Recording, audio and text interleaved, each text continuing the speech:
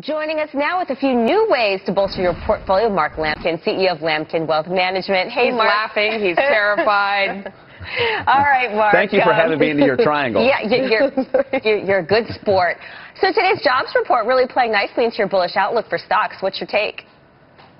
It is, 240+ thousand jobs. The bottom line, if President Obama gets 2 million jobs before this election, he's going to be a tough out. I think it's great news for President Obama, and more importantly for the viewers, it's great news for the markets. All right, so let's talk about risks here. You've got Europe, you've got Iran, Israel threatening strikes now. Are we suffering as investors from headline fatigue, or are these real headwinds to the stock market growth? I think there are risks out there, but let's face it, as January goes, 90% of the time the rest of the year goes, and we had the best January in 15 years.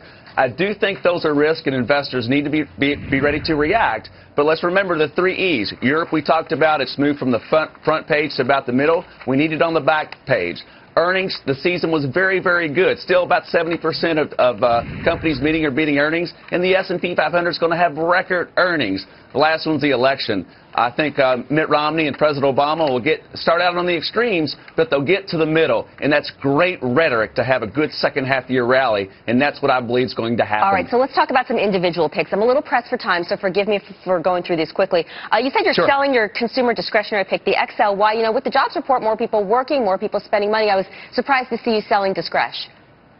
Taking a little profit there from the last time I was on, we're up about 7%, but from the industrial perspective, purchasing manager report, business spending is up double digits year over year, outpacing consumer spending. That's why that choice right now. Okay, we were just showing the wrong graph, actually. That was the industrial. So let's jump right to that. The Spider Select Fund Industrials. This is one that you do like. You would put new money toward business spending you expect to grow.